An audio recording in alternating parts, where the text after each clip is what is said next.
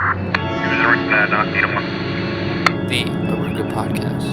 Somehow somebody's always looking the other way. Now look at these guys. They look busy, right? Gordon Ramsay has to be my favorite reality TV person now. Because he's just screaming at people. Gold, dude.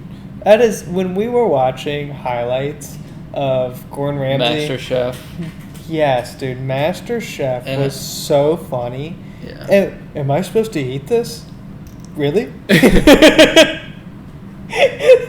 love how the alchemist samples from goddamn MasterChef. Yeah. Like, it's crazy how we found that soundbite. What a good soundbite. And we're like, is this really from MasterChef? Yeah. And yeah, that dude on there, the bald guy. Mm-hmm. He's hilarious. He's so fucking ruthless. He throws away the food sometimes before he picks up the fork.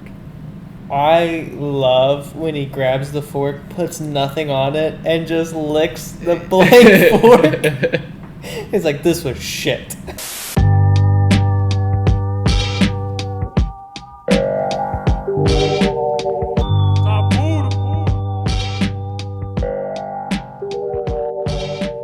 Welcome to the Op.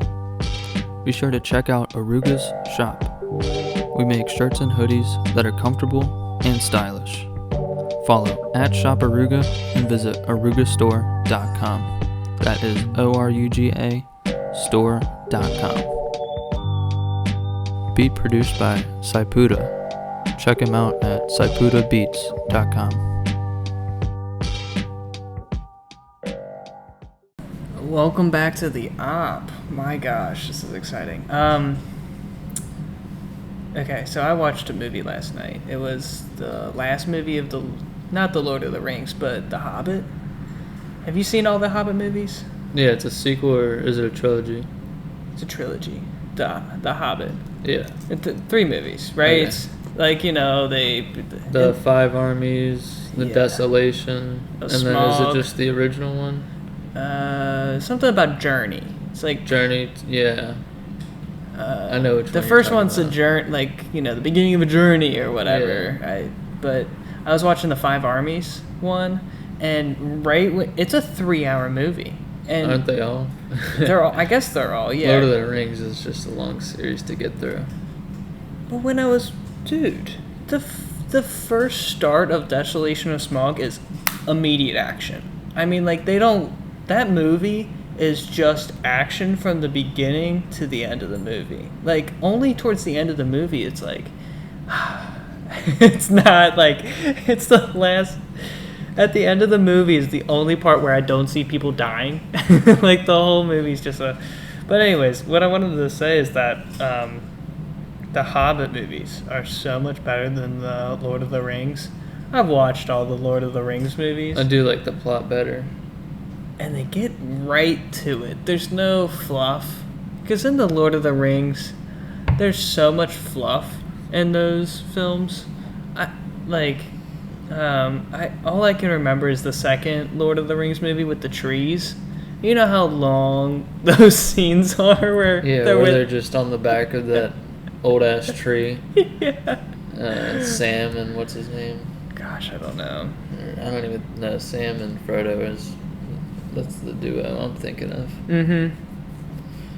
Yeah, I just those movies were the Hobbit movies are so great. I mean, I love both of them. I love the Lord of the Rings. I love the Hobbit, but They're pretty iconic. The Hobbit's so great. It's so much better than the Lord of the Rings, and I can't tell you how many arguments I've gotten into with I think the elves in Lord of the Rings, they're a lot cooler in that series than the Hobbit. That's true. The dwarves are cooler in the Hobbit, in my opinion. Because Mm-hmm. they have more lore to them. Mm-hmm. You get more backstory. Way more backstory. And in the Lord of the Rings, you get no backstory of the dwarves. You just kind of know that they're there, and you kind of I don't know. You know that they're miners and they have beards. That's about it. Sure. And axes. Yeah. There's no backstory of the dwarves in the Lord of the Rings, or if there is, it's so minute. But oh gosh, in the third movie, the Five Armies, the scene where Thorin, Lord of Thrain, Oakenshield, like the king, when he finally when they finally get to the destination of their city inside the mountain. Yeah, the mining city. Yes, and when they finally arrive and the dragon is killed, and the progression that they have of the downfall of the king, where he becomes obsessed with gold, and they're like, he's got dragon sickness. He's so obsessed with the Arkenstone and so obsessed with the gold. It was just super cool to see how they would have character progression of just him getting more greedy, descending into madness. Oh yeah, I do remember that. He's like, I will not part with a single coin, and there's just he looks more and more depressed. So cool, dude. Yeah. Him getting more and more depressed and be like, my kin has betrayed me. It's just so I don't know. It's just so cool. I really like it, of like how the character progression in that movies are. They're pretty great. And I do like the glowing sword when that he got handed to when it's like whenever there's danger around you. Right. It's glow. Orcs. Orcs. Not danger. Orcs. When orcs are around. That's when it glows.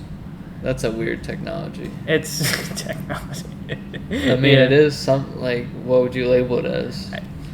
It's I don't know. Medieval fantasy technology. Sure. Or fantasy. It's very, I guess, the original Lord of the Rings, I guess, is supposed to be like, what did you say, Middle Ages? Fantasy, Middle Ages, yeah. Yeah, because that's, because it draws a lot of, like, original themes from those stories in the Middle Ages, right? I mean, you don't have centaurs in it, but you still have hobbits, and you still have, dwarves, and you have elves, and you have, orcs. What the hell is an orc? Is really weird. What? How Transformers, for one movie, they went to like King Arthur for like a scene in the beginning, and it's like they all gathered around the round table, and they had like a lexicon or whatever the fuck cube, and it was like a Transformers object. Really? Yeah. What movie are you talking about? It was a Transformers. It might have been. It's not the third one. I know it's not the third one. The third one's all about the Apollo missions. So is it like the Yeah, The Last Night. The Last Night. Let me see Transformers: The Last Night. Let me see this. You're kidding. Yeah, thank you for putting an ad on mute. That's a cool Paramount intro. That's super cool.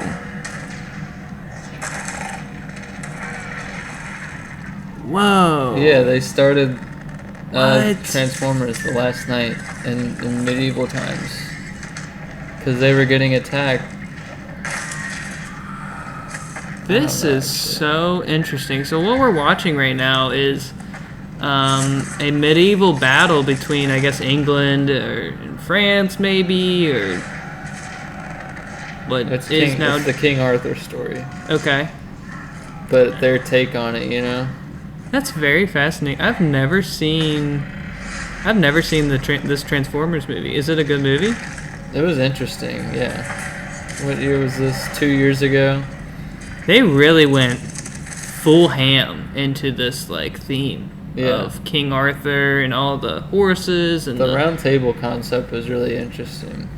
I forgot a little bit about it, but yeah. That's pretty interesting. I will say. How it's just like technology that they didn't know how to understand it. I'm a big fan of the Transformers movies too. I mean, like, I don't know how well they aged. For me being like for me being an adult, it's a little cringe. It's a little cheesy looking back at those movies. Yeah. But I do love them, just as nostalgia, because That was the one with Mark Wahlberg. oh, fuck those Mark Wahlberg ones. I only watched. I like Mark Wahlberg though. So did you watch that full Transformers movie? Yeah. And was it good? It is hard to remember, so it's like a sub 7. Sure. Okay. Yeah. But I mean that King Arthur idea was kind of cool. Pretty fascinating. Pretty fascinating. I didn't know they did that. Cause like the wizard. The wizard was like the one who summoned the machines and shit. It was so weird. Merlin? Merlin, yeah. Yeah. I forgot the wizard's name. Merlin summoned them. Yeah, summons the machines. You're telling me Merlin was a medium? Oh gosh. Intergalactic proportion. I keep thinking about that Fargo movie that we watched. With Maybe. the is it Wisconsin? No, it's North Dakota or South Dakota. It's one of the Dakotas and how thick their accents are. Or not, it's just like that cliche. And their accents were so amazing, where they'd be like, yeah, yeah, yeah. The Germanic yas. Very super dramatic. And yeah, just that theme of that movie was amazing too. You remember how they ended that movie, where it was so the two bad guys, one of the bad guys kills the other and then tries to hide the body. Oh yeah. And where he's like putting his body into a wood chipper. Yeah, and he didn't get through with it all the way, and his foot was still sticking out or something. Right, and the woman police officer is just walking up, freeze! And she's like scared and she doesn't want to say freeze too loud. Yeah. It's definitely a good movie though. Oh gosh. I like the Coen brothers. The Coen brothers really know how to make a movie. For Besides, even Oh Brother, Oh Art Thou. I don't like that movie. Remember the dude? The Big Lebowski? Yeah. That's the best Coen brothers movie. It's definitely a wonderful movie. John Goodman in that is hilarious. Is John Goodman the main character? He's the veteran.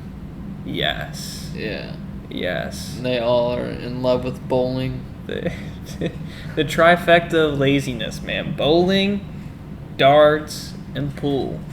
It's just the trifecta of laziness. And yeah, the Big Lebowski, I mean, is a really great movie. Big fan of that one too. I just love how every scene really has nothing to do with the plot. Yeah. And there's really no plot to that movie at all. But he somehow gets tied into it every time. Right. At the end of the scene. That movie is really amazing to me, of how nonsensical that it just has no point. At the end, it's just trying to tell you a life story, and you're like, what the fuck? Or when at the end of the Big Lebowski, they are meeting up with the Germans, the German EDM people. Yeah. And I don't know, they like do a settlement. They like, I don't remember what the settlement between the Germans was, but then randomly their sidekick gets shot. There's no gunshots in the movie. There's no nothing. They're like, what happened? And he just dies right there. And it's the Steve Buscemi. Yes. Yeah, that guy. He just dies so randomly. Yeah. There's no gunshots. There's no nothing. They're just like, what's wrong? And then they have the funeral, and then they're bowling the next scene. It is such nonsense, but I love it. I love it.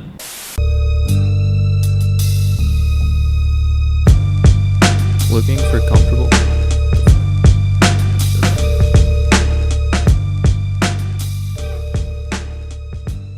Looking for comfortable and stylish apparel?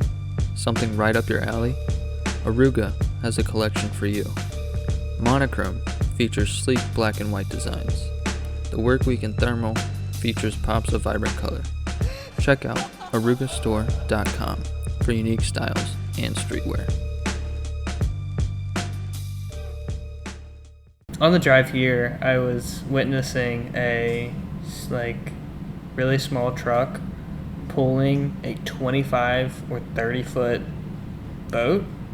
Oh, I've seen that. And wasn't that so just comical of how there was so much weight on the back of that truck, and for him to just be... I wonder how some of those vehicles make it up hills and the grades on certain hills. I just don't know how they have enough power to get up it.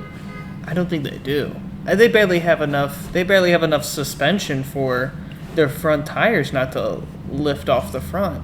I mean, they probably have to put weights on the front bumper. And I would imagine they have to. Yeah. Because there's so much pressure off of that back. Because it's not a... What do they call that? Gooseneck? It's not a gooseneck. Where a gooseneck goes into the middle hitch of the back of the truck. In the bed of the truck. But then I don't know what they call those back hitches, but it's just a back hitch with all that weight. It's just a toe. Yeah, sure. That was very, very comical. Man, talking about this might be getting off topic, but have you just heard about the goddamn submarine that everyone's been talking about the past week? Yeah. And everyone thought that there sure. was knocking going on, but it turns out that it may have imploded. That's sad. But yeah, that is pretty sad. That's really Just sad. So can you explain the situation of that submarine? Because I really don't know any of the story. Yeah, so there was a CEO who charges $250K a ticket, and he got 4 or 5 other people to go with him down to the Titanic to go look around for some, obviously just for educational purposes. They want to just be able to say, I went down to the Titanic and whatnot. What a flex, by the way. Yeah, it's $250,000 ticket, but yeah, it is a flex. And I don't see the point of going down there if I can't go in the individual rooms, Why would you want to just see the outside of the ship when you could just see each individual room or the ballroom or something? You can't really get down there in that kind of submersible. You're only seeing the rails and shit around the boat and obviously the deck. But as a professional scuba diver, can you even dive that deep? Not with what they were using. Not with what they were using. So you can't just put some goggles on. It's just so much pressure. They're thinking that the pressure made them implode. That's sad. Because the hull was too weak. That's sad. That's really sad. But anything could have happened. The lights could have went out. The faulty remote control, which was some Nintendo 64 shit. Or I don't know what kind of remote it was. Nintendo 64? What do you mean? It was a $20 remote controller. That they were... And it was only one pilot that could use it. So there was no backup controls, I don't think, and it was just all cheaply made. $250,000 is a cool ticket for just some cheap equipment. But I completely agree with you that seeing the Titanic in that kind of infamous glory would be really amazing. To see how time has really aged that place. Because... the people on that submarine weren't just Titanic explorers. One of them was a space explorer. They went to space. Okay. I think on the Virgin rocket. Yeah. The Richard Branson thing. Sure. But yeah, they're more than just sea explorers. They were all type of exploring. which is pretty cool. And That's the risk that it comes with. have you ever been to the replicas of the Titanic? There's like a life size. Kind of. So either in Gatlinburg or Nashville, Tennessee, there's a half-size replica of the Titanic, and that's so funny, that music. So that's my neighbors. I just have to I have to acknowledge it. Like, it's so funny. But They're turning up right now. That they are. They probably have a good time. So yeah, the life-size replica in Nashville, it's like half of the Titanic, but it's still like you can walk through the Grand Balls, and I don't really know how accurate it is, but they show you the different types of like living quarters. Like there's first class, and then there's second class, and then there's third class, and the third class was like bunks and just absolute like tight-knit quarters and really small rooms. I couldn't imagine the workers' quarters even, because there's people down on the steam engines. Is that what it was back? I mean, it was a steam engine, It was a right? steam engine, yeah. And they were all just shoveling coal into the furnace.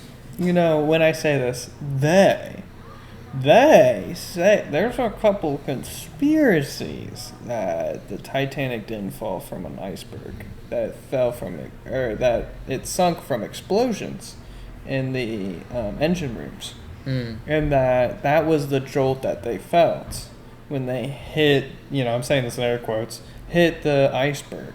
Yeah. And there's so many notable people on the Titanic that during that tour. During that trip, there was many people that could have been the target.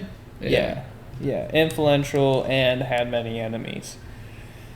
And I don't know how much I can really buy into it, but I've been learning about there's a few guys on that Titanic trip that wanted to keep America on the gold standard, and I don't know, they were just lifelong Americans that wanted to keep America on the gold standard to make sure that the currency was strong and yada yada yada.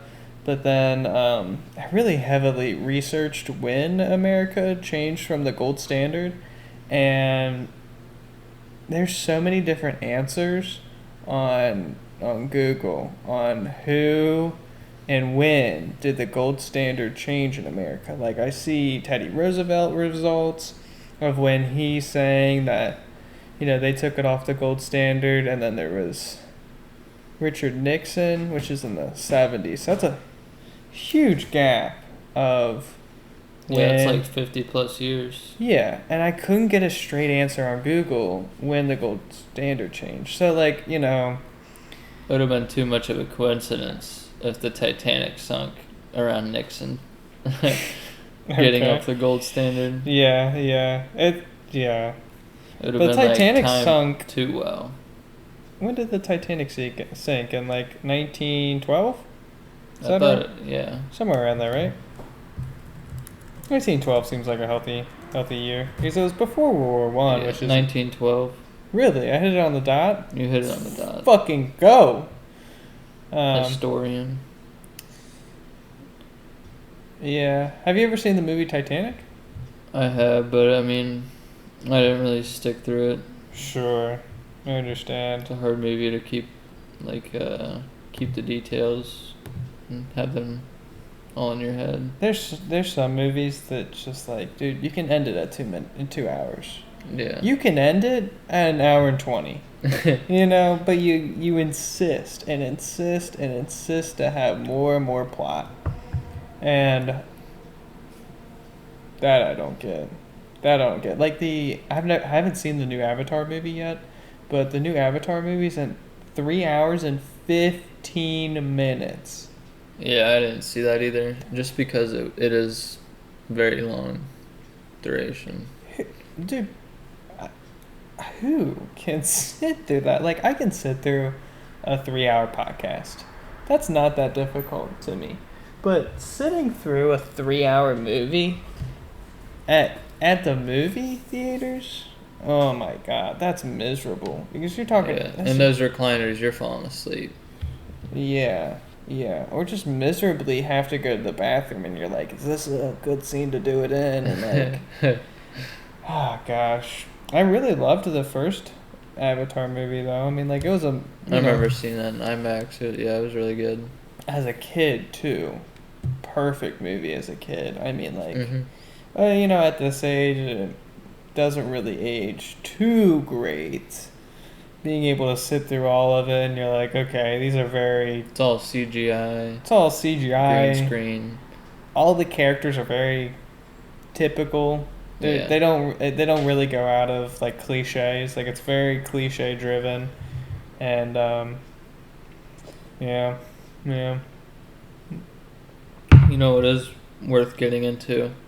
What? Is Black Mirror. You've been getting into Black Mirror? Yeah, the new season's pretty good. Really? Yeah. How many episodes have you watched? 3. Okay.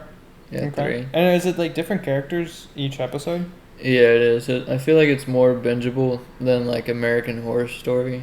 Okay. I don't like if you compare the two, they're kind of similar, but I just like how, like, in terms of Netflix originals. Sure.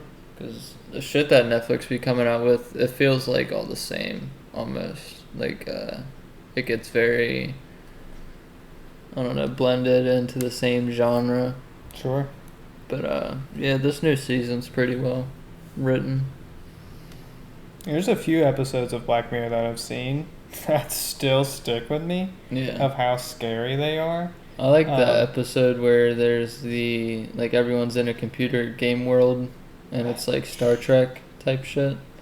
Scares the hell out of me, man. And like he's like, I can delete you whenever I want.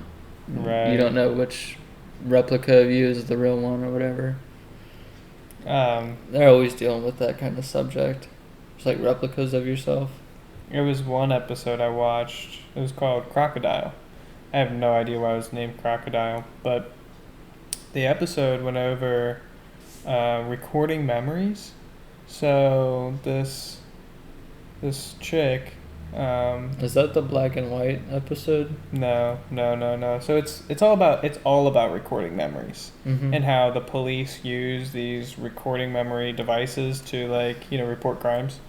And so this chick kills either her husband or a friend or somebody. She kills somebody, hides the body, and then police come to the door, and she welcomes the police in. She's totally nonchalant about it. She's totally calm, cool, and collected. And she's like, hey, you have an apartment that's right across the street from this crime. And this crime happened, X days ago. Could you recite? Can I put these probes onto your brain and film what you experienced that day to see if you witnessed a crime? She's like, of course. And then she's like, and then the woman who committed the crime starts sweating just a little, and she like perfectly gives the scenario of what happened on that day. But then, like, the image starts to get a little fuzzy, and the cop sees, like, just a little extra, and the cop is like, I gotta get out of here. It's getting altered with. I gotta get out of here. Yeah, because she, like, starts to get bad vibes. And towards the end of that, I don't know if I remember this correctly, but I think the woman kills the police officer too, and then tries to, like... Black Mirror is definitely a dark themed, like, show. It, like, makes me think, and it makes me not sleep. That's the point of it. Yeah, the few episodes are like, man, you might have just hit it right on the nail if the future really does go this way. Yeah. Because, like, the whole VR ones, like, 5 years ago, if you would have told me that we would have been, like, immersed into a whole world and blah, blah, blah, blah, blah, I'd have been like, go fuck yourself. Like, you're putting on your tinfoil hat. We're not going to have that type of world. But as time's progressing, man, Black Mirror's getting more and more head on with it. Who knows what the Zucc is building? The Zucc. Yeah. That lizard. Yeah. Dude, what a lizard. So, have you like listened to him before? Like talk? Yes. He was pretty scary. I was listening to... He tries to come across so friendly too. Right. And that's what gives off the weird vibes, is that you don't have to be like so nice and good all the time and being like, I don't know, uniform. He seems like he's a guy who pretends to be the innocent person. Mm-hmm. That's what I kind of get the feeling that he's like trying to be innocent, trying to be the person who does no wrong. Yeah. Just try to be that very humble person or whatever. But I was listening to a podcast between him and Joe Rogan, and it was just like, it made me uncomfortable for how uncomfortable that conversation was between them. Because like, he's talking about the new products of Facebook and how they're coming out with these really cool VR, and he's not being like, he's giving a sales pitch. Yeah. It's not like, yeah, there's some pitfalls with how these fuck up kids or how this is going to affect, Just real life utility. He's not bringing up like the important factors and shit that's resulting from social media.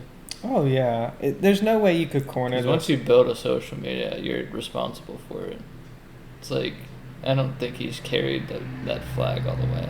And of course there's positives to Facebook. Of course there's like, the economy has grown from Facebook. The ability to communicate with people has grown. And of course. But there's also negatives to social media and how it affects the younger generation and, the anxiety of, people not communicating to each other face to face and only communicating online. And there's no way you'll be able to corner him and to actually have those real conversations of, hey, suicide is up with this generation because they are affected by this social media world that you've kind of proctored and created. Yeah, and the algorithms are gearing towards dumb challenges, and it's hurting more kids or something like that. Mm-hmm.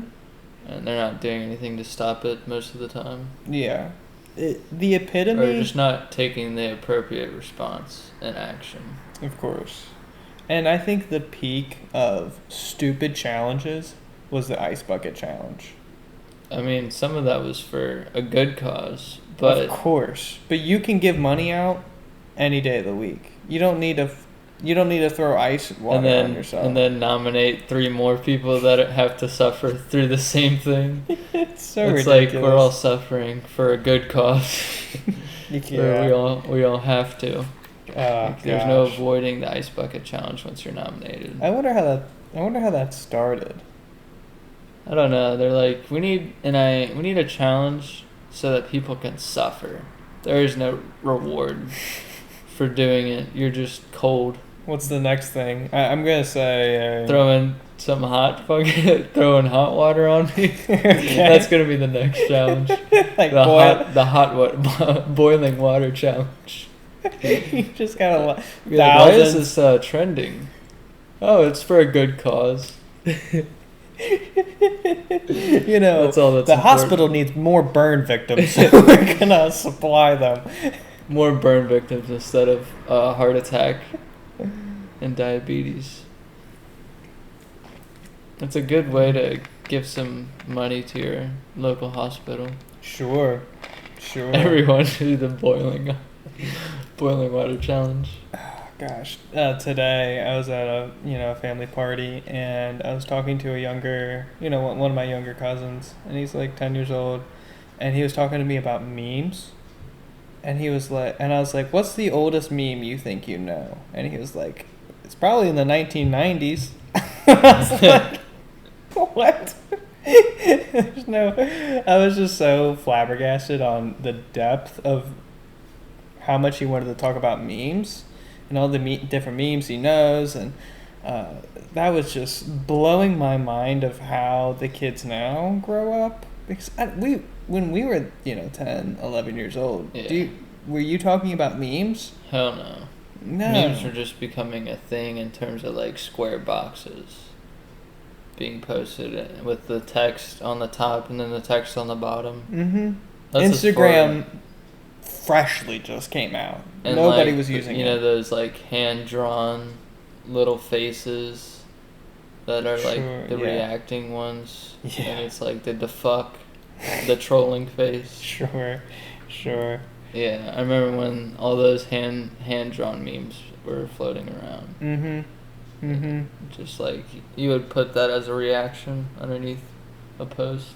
He was also talking, not to shit on Kahaya, but it was so funny how my, 10-year-old cousin was talking about Attack on the Titans. Is that what the... the anime Attack on Titan? Yeah. So he was talking super fast about Attack on your Titan. 10-year-old cousin? Yeah. And I just found that so funny that Kahaya is also really into it. And I was like, yeah, this is the same age group. Just kidding. I'm just fucking with you, Kahaya. But it's so funny to me that, yeah. And he went to, so my 10-year-old cousin also went to a anime convention. Really? In Ohio. And I tried to ask him where it was. He was like, I don't fucking know where I just got into it, somebody just drove me. I don't know where. He didn't know where the convention was, but yeah, I didn't know they had an anime convention in Ohio. Dude, you know what is like more and more prevalent? Tell me. I was driving around in Ohio, going to McDonald's. Sure. And I'm waiting for these people to cross so I can get into the drive-thru. Mm-hmm. And they're wearing furry tails, dude. They have tails, and then they have skirts on, and pants, and then. So was but I I seen two furries. And one had a pink tail, and one had like a sky blue tail. Where was the tail? Directly in the middle. No, that's not what I'm asking. Was the tail underneath the skirt? Yeah. So do you think it was a butt plug? No. They were like wearing jeans or some weird shit. Okay. But why wear that with jeans? Wear it with something comfortable. I swear to God. And then you're gonna have a skirt on top of jeans or like a tail. That doesn't make any sense. Not to be a weirdo, but I was on campus, all right, and I saw somebody wearing, like I don't know if they're trans. It doesn't matter. Mm-hmm. I just saw somebody who was wearing like a skirt and a tank top, and I was so positive that the tail was a butt plug. I'm so positive. Just stuck in there. Yes, dude, and wedged. Just for you to go out in public that confident.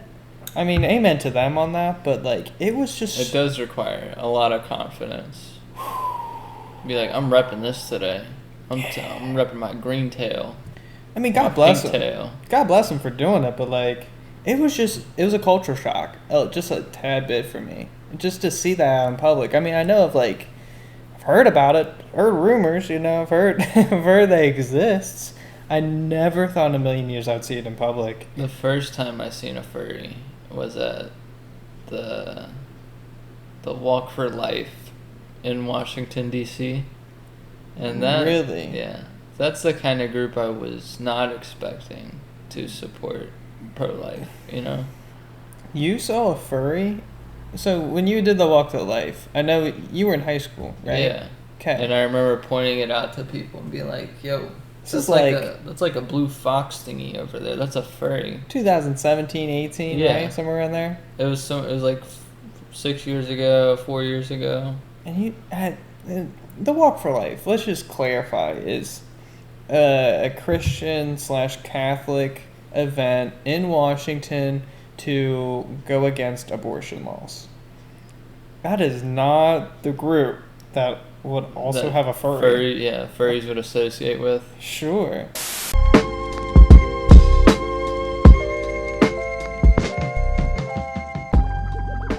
Looking for an out-of-this-world poster or some stickers to brighten your mood? Check out the Posters and Prints collection on our website, orugastore.com. Our artworks are perfect for walls, mood boards, and anywhere you want to accessorize. it's actually really interesting to me, like, what groups cling on to other groups. So on the topic of anti-abortion, okay, I was driving, driving on Liberty Street, going to the highway, and I saw a truck driving by, connected to a trailer, and this trailer had, like, screens, like TV screens, like, On the sides of it? on the trailer was only to house these screens. Oh, okay. And these screens were just playing abortion videos. And it was like an anti-abortion What? type of advertising trailer and truck. Okay? And what I find so fascinating to me is that if you're talking about anti-abortion, you're also talking about most likely Christian. He had flags on his truck and trailer, and it was like POW, U.S. Army. And if I find it so funny that person has to cling on to all those groups, why cling on to POWs? Why prisoner of war? Why do you need and to? It's funny, if you were a member of the service and you're also pro-life, it's like, but you were in a war or something. So are you really pro-life if you were just in a fucking Iraqi war or some shit? You're gonna shoot a grown man, but you won't shoot a baby? I don't know, man. And it is like two extremes that don't make any sense. It's But like you're gonna enlist, but you're not fine with booting out an unwanted guest. an unwanted guest in a woman's body. Exactly. I mean, like, I'm really not I guess it's how sensitive you approach that topic, and it's like, sure. yeah, you're enlisting to secure justice and all the rights and freedoms of the people. And I have to say, this is my slight disclaimer. I'm an American.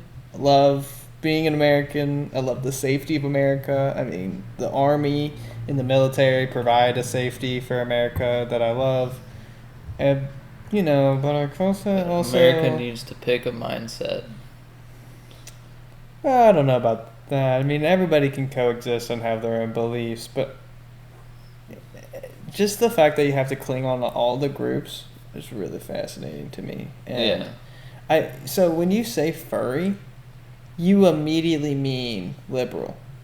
No, I don't mean that. I literally just associate furries with being liberal because most of them identify with not being their gender at all. They associate with being their mascot or furry or whatever you want to call it. Okay. Or being a wolf or being a fox. They're like, I'm not human. What? Okay, so what, like, being a furry, what does that mean? Does that mean you just wear a tail? You start involving animals and animal lifestyle into your lifestyle. Okay. What does you that mean? start becoming that animal. Do you eat that on you the... dress as. Do you... Okay, so like the dystopian idea of how we deal with dogs, we put the dog bowl on the floor. Do they eat their dog bowl on the ground? Like, do they have dog beds as their mattress? They should be that devoted. If you're dressing up in a whole suit or costume, go ahead and go that full mile. Go that full mile? Go for it. I wonder how fun it would be to be like, I don't know if I want to be a spectator, but just to go Those to a suits furry... are probably like pretty expensive too. And hot. Yeah. Hot. Screw living in the South if you're a furry. You're living in some you need to leave in Detroit where it's cold and so you can go out where as a furry. Where it's appropriate to wear that shit. Sure. They're like, oh, he's just a little cold today. I have a theory that most furries who are wearing the full suit and full hat probably ugly. Probably a reason why. Oh, that's a reasonable deduction. They're hiding from what? Their physical appearance? Sure. God bless them. I'm sure there's a reason why they identify with it, but I only have questions. I really have no answers with that whole situation. It's really fascinating. Screw the human race. We're just going to go ahead and disassociate entirely. Which is... Amen for them. I mean, like, I get hating the human race and how I'm just kidding, but like, you know, we got a lot of pitfalls as being humans. So, you know, picking up the wolf or being another animal might suit you. So is that trans animal? So you know how? Have you ever heard of transracial people? No. So I've heard of people that have tried to go off being a race and then they're like called out. yeah, I don't know if that's the same thing. I would say like transracial is that you just like embody a completely different culture and a completely different race. Like there was this, so That is the Catch Me Outside girl entirely. yeah, kinda, yeah. I would agree with you. Yeah, because I forget, what do they call that? African American vernacular, Yeah. something like that. Urban vernacular. I don't know. I don't know the proper term. Vernacular's part of it. But I was so sorry to talk about YMH, your mom's house, but they were showing a video of this guy who was completely white. Completely a white hick kind of boy. Okay. But he was like, fuck white people, fuck all this. I'm just like, he was just like trying. I don't know if he wasn't trying. He was like fully hating on black people, or white people, I mean. This white man was fully hating on white people. And he had tattoos up and down his sleeves saying, fuck whites. It was so crazy. And it's like, I don't know if you'll call him transracial. But That is disassociating on another level. on another level. It's like, how much do you not want to be yourself? Yes. And, I mean, like, if you're going to say that transgender can be a thing, I would assume that you could probably say transracial is also a thing. That, like, you were born, but you're like, I don't want to really associate with my race. I'd rather associate with that one. As long as trans age is never a thing, then Trans age, what? yeah. Never let that become kosher, or else the world will fail. What would trans age be to you? Just Is this like- how pedophiles get their loophole? Pedophile loophole. That's what I'm. Yeah. I guess that's already a thing. Never though. let that become a loophole. Have you? I mean, you've seen. I don't really know how to say this, but I guess like just completely mentally ill people think that they're like younger than what they actually are. Mm-hmm. I remember seeing this video a couple years back, and it was a wife and a husband, and this wife wanted to act like a 3-year-old. She desperately wanted to act like a 3-year-old, so for like hours and hours of the day, she would act like a 3-year-old, and they would like, it must have been like TLC. TLC is always hosting some wacky ass shit. weird ass show.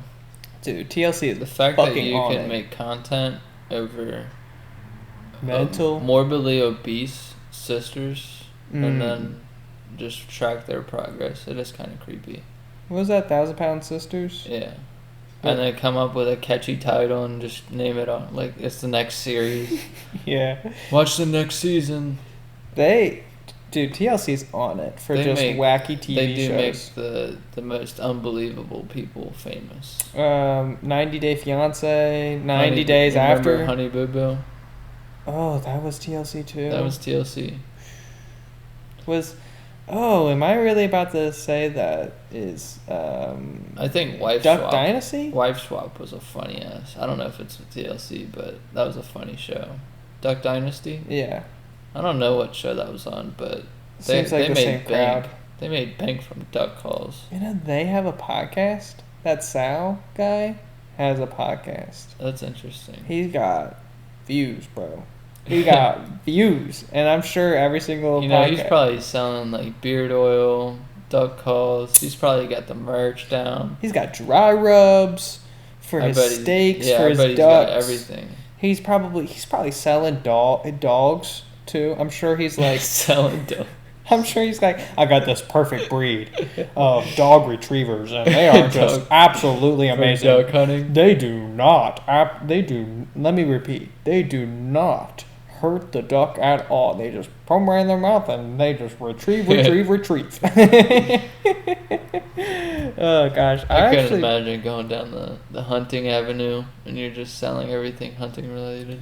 Heck, if you wanna talk about podcast rabbit holes, looking at the outdoors podcasts, like so I was going on Spotify and looking at all the different genres that they have for podcasting, and the outdoors was so deep. I mean, there's just like hundreds of them, hundreds upon hundreds of meat eaters, of outdoor camping, and just like any topic under the fucking sun, there's a podcast about it with outdoors.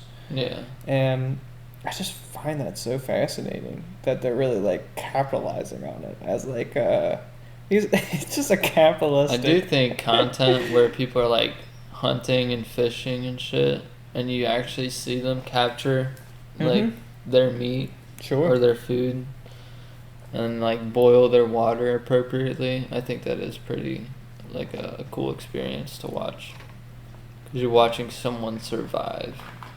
Now let me ask you a game host kind of question. All right. Now if a set of producers come up to you and they're like, Nolan, you're perfect for this new TV show we got. It's basically Naked and Afraid. Naked and Afraid. Will you do it? Would you do it? No. No? Unless I'd have to be blurred out every... Well, yeah, of course. The whole screen time. What do you mean? Like your face has to be blurred out? I mean like my junk. Oh, yeah, of course. Well, let's say we take out the nakedness. But even if... Oh, well then that's fine. Just afraid.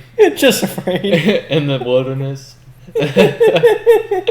Or just afraid in the wilderness. Yeah. Literally. That sounds like a good... that's some great content. Alone and Afraid. Alone and Afraid.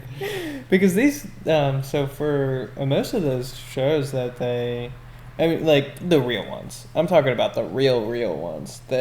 Some Bear Grylls type shit. So, I have no, what? Like, what? You know how Bear Grylls, he just goes out and survives in like a random location? Yes, but, okay, so, but the camera crews only go up to you and give you camera batteries. So some of the shows are so isolating. I've seen something like that on Netflix. Where they are isolated in like some Alaskan wilderness, and the only time you can call them is if it's like an emergency. Yes. The crew. And like I think they probably do monitor to some degree, but they only come up to you and give you camera batteries, and you do all the filming. Yeah. Which is so fascinating. You set up the cameras of you like chopping down the tree and like getting the leaves off and shit. And if you know anything about making content, that's so much energy that you're wasting. Yeah. On making content. Placement of cameras. Making sure the camera's on, making sure that you're filming, and make sure that you actually look interesting. Blah, blah, blah, blah, blah, blah, blah. Like all the things that go together with making content, and then you're surviving. That's hilarious. Yeah. Like, you're doing both. Let's flip that. You're surviving, and then you're also asked to make content. That's so funny, dude. It's like you have to survive out here, but also give the viewer something great to watch. Right. Be entertaining at least. I don't know. I think I would, if I was asked by if I was picked to go on to one of those TV shows where I have to survive out in the wilderness, and oh my gosh, I just would have to train at least. I would have to do something. I like Survivor though because of the mind games. But some of those challenges where you see them like using their hands for snorkeling, and they're like trying to get air through like using their hands as a straw. Oh. And they're in a cage or something. Those challenges kind of scare the fuck out of me. Because, like, how far are you willing to go? Especially because, like, Survivor, you win, like, 1 million or something, right? Do you act a mil? I don't know if it's 1 million, but, I mean, at this point, they're, like, 20, 30 seasons in. I would say you got a lot of prize money at that point. Jesus. I don't think I could. I just, like, I get it, you're going on TV, but you're still spending a lot of energy. You're spending a good month or two. Yeah, and out also on an island. why would you risk death for a little bit of cash? That's what I mean, really that's blows the my mind. extreme end is death. But I mean, on Survivor, you do hear about like people getting like heart problems or Really? like their ankle twisting. Sure. But no, I mean, it's not that extreme. Like you got contestants that just went out of the show because they're not feeling right. Mm-hmm. Shit like that. Like, I could totally understand, like, Fear Factor, where it's like, okay, I eat some bugs. You know, I do an Sign a obstacle. waiver. I do an eat some obstacle bugs. course. Yeah, that kind of stuff makes sense to me. What about getting covered in animals or insects? I would need to have my ears plugged and my nose plugged. Yeah. If those things weren't plugged, I would not be signing the waiver to be like, yeah, just drop the whole bucket on me. I think there's a way to kind of do a mind game with yourself. If I'm getting dropped in a tub full of millipedes, all I'm thinking about is money. I'm not thinking about these are millipedes. right? You know? Complete disassociation, I think, is the only way you really To win game shows, Yeah, you need to disassociate. Complete disassociation, because there's no way you can consciously think, oh, there's probably 1,000 bugs crawling, or when you have to eat a bug, you're like, oh, this is pretty crunchy. And game shows are not natural, you know. You don't have that normal mindset that you're approaching a challenge. Mm-hmm. You have to really think out of the box. Mm-hmm. And the adrenaline. I could not imagine the amount of adrenaline that you would have during one of those. Because, it's a new situation. With a lot of those contestants, they're very shy. They don't know how to speak. You know, they're just like, just get me through that. I know, when you see the interviews of some of them, and they're given, like, a certain amount of screen time, and they're like, well, I just don't like what Keith has been saying lately because he's been with this girl alone a lot. Okay. And I think he's got the idol. And then just like the inner rivalries and dramas on game shows is just a whole other thing to put on top. That's The icing on the cake. What kind of game shows have you seen with? Well, like Survival, or not Survivor. Survivor. Mm-hmm. And yeah, the drama with people having idols, and they're like, did he find the idol or not? Did he find a clue? Like that. There's What so the much. hell is an idol? That's what makes you like vulnerable to getting, invulnerable to getting voted out. You know, every week, if you have an idol, you are not getting voted out that week. So what is an idol, though? Is it just like... It's like... Is it just a inanimate object? Yeah, yeah. Okay. And you either get a clue to find it if you win a challenge, or you find it just like through luck. Sure. But yeah, the drama with idols and Survivor, it's fucking hilarious. I had a lot of family members who would just, during the middle of the day, would just turn that on. Like it's so bingeable. I don't know how many seasons I've watched in a week or two, but I remember watching through so many seasons in like a really short time frame. Sure, yeah. And it's like, how healthy is that? Very unhealthy. Once you start watching 3 or 4 seasons of Survivor, and you're like, oh, it's just all the same challenges and shit, I don't really want to dive fully into all 20 or 30 seasons, you know. Sure. Because it's all tasteless, you know. Imagine hitting the goddamn jackpot with creating a show like Survivor. And how much global audience it's capturing and how many views. Yeah, like it's like The Amazing Race or The Bachelor. It's a household name at this point. 20 years in, 30 years in. Getting a show to hit 20 seasons is an unbelievable accomplishment. Yeah. I mean, that does not happen every day. I mean, that is like really rare to have such a hit TV show, such a hit idea. That's pretty cool. I know, they did hit gold. Struck. Because you know how many shows were made like trying to copycat the same idea? Millions. Yeah. Million. People trying to survive in the wilderness. Oh my gosh, so many Challenges that don't make any sense. I can't stop thinking about just The Bachelor and The Bachelorette. Those shows are so like the ripples of the cultural how they affect the whole cultural experience. Yes, the cultural ripples that happen after creating such a hit TV show like that. You'll find so many copycats. Yeah.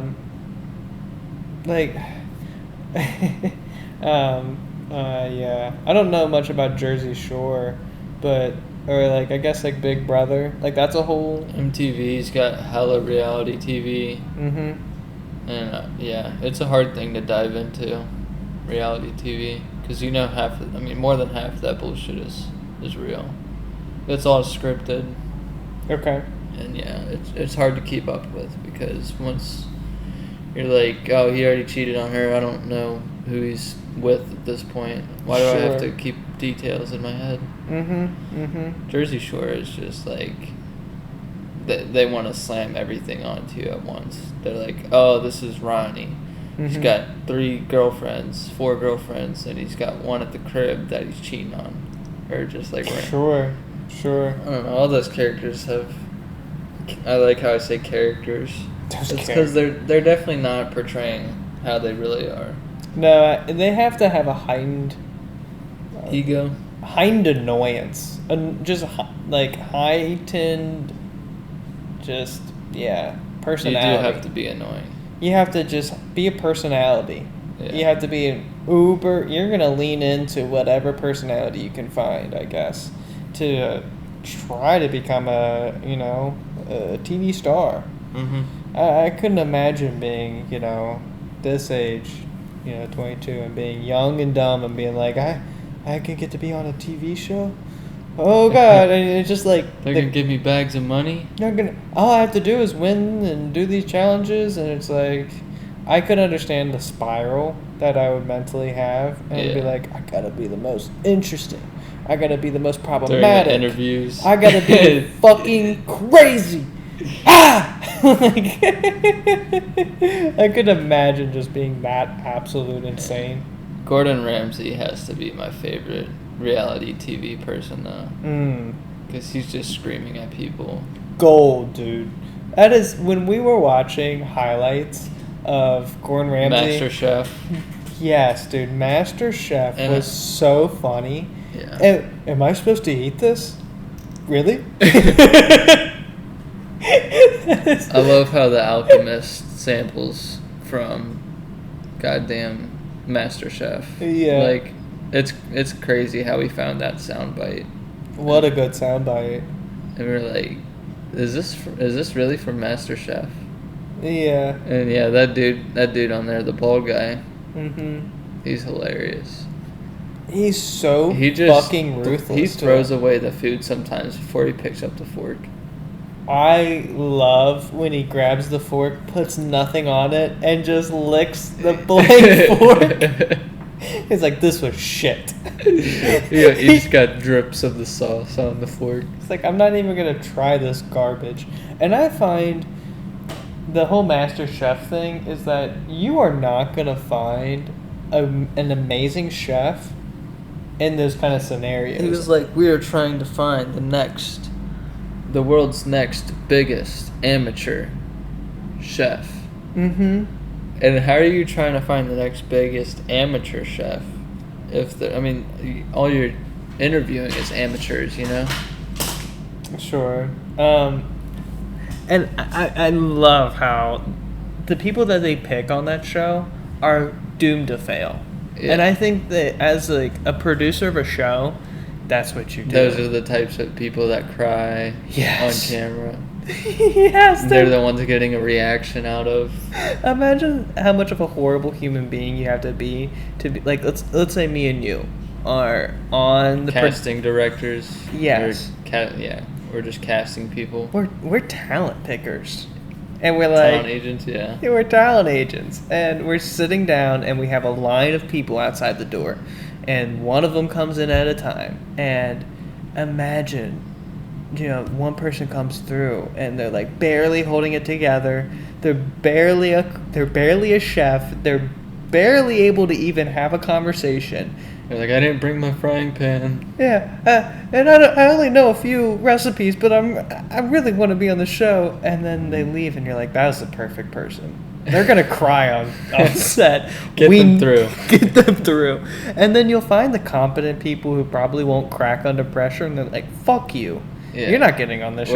We're not getting a reaction out of them. Go work in an actual restaurant. We're looking for people who are going to implode. Amateur. Best amateur chef in America.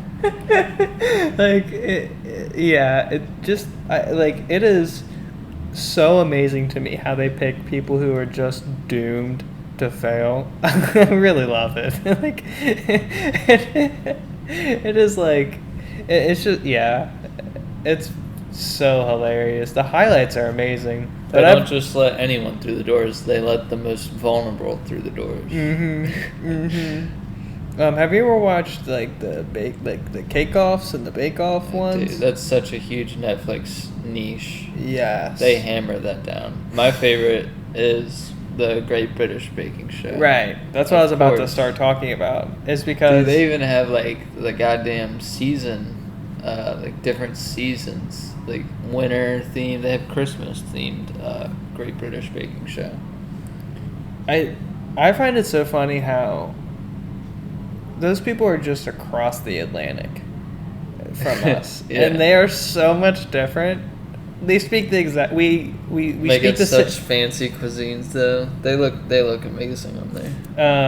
Yeah, and I would say the Great British Bake Off. I can't even say it.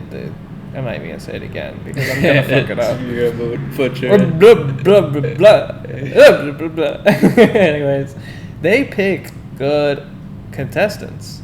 They know how to pick good contestants. Yeah, those people on there actually seem like they have their shit together. Yes. And have a resume built up. Those producers, the MasterChef people, they're like, I didn't bring my spatula. Do you guys have mayonnaise? And they're like, are you medicated? Perfect. Yeah. Are you under the influence? Are you quick to cry? Oh gosh, yeah. The British Bake Off is really cool. I do like. They do it all in a tent. So whimsical too. Yeah. All in a tent.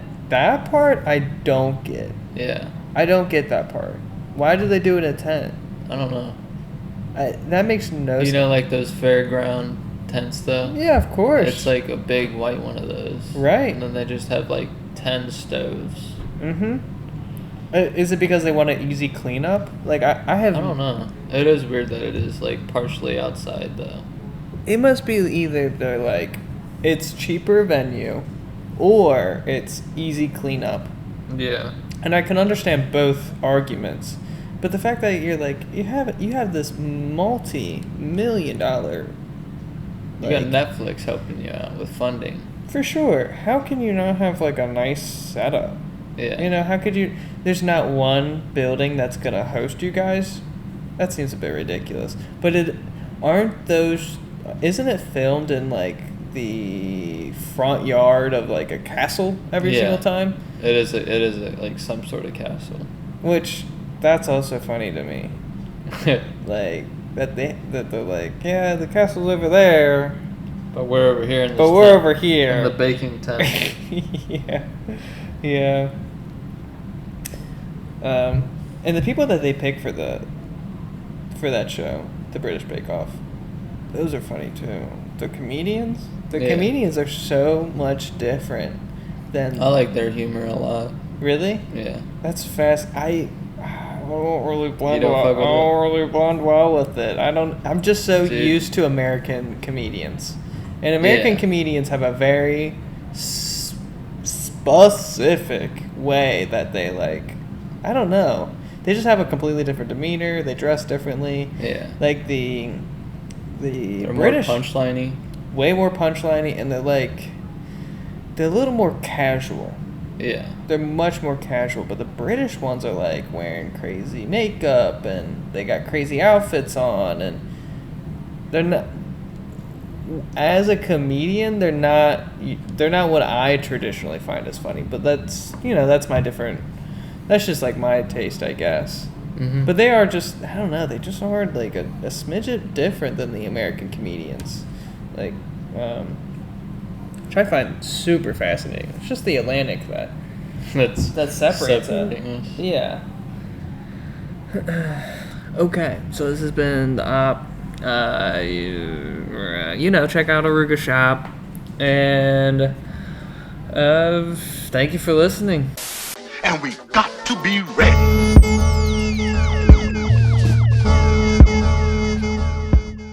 Visit orugastore.com today and enter the discount code OP15 for 15% off your order on all Oruga merch.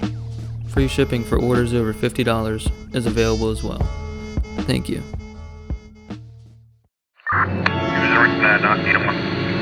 The Oruga Podcast. Somehow somebody's always looking the other way. Now look at these guys. They look busy, right?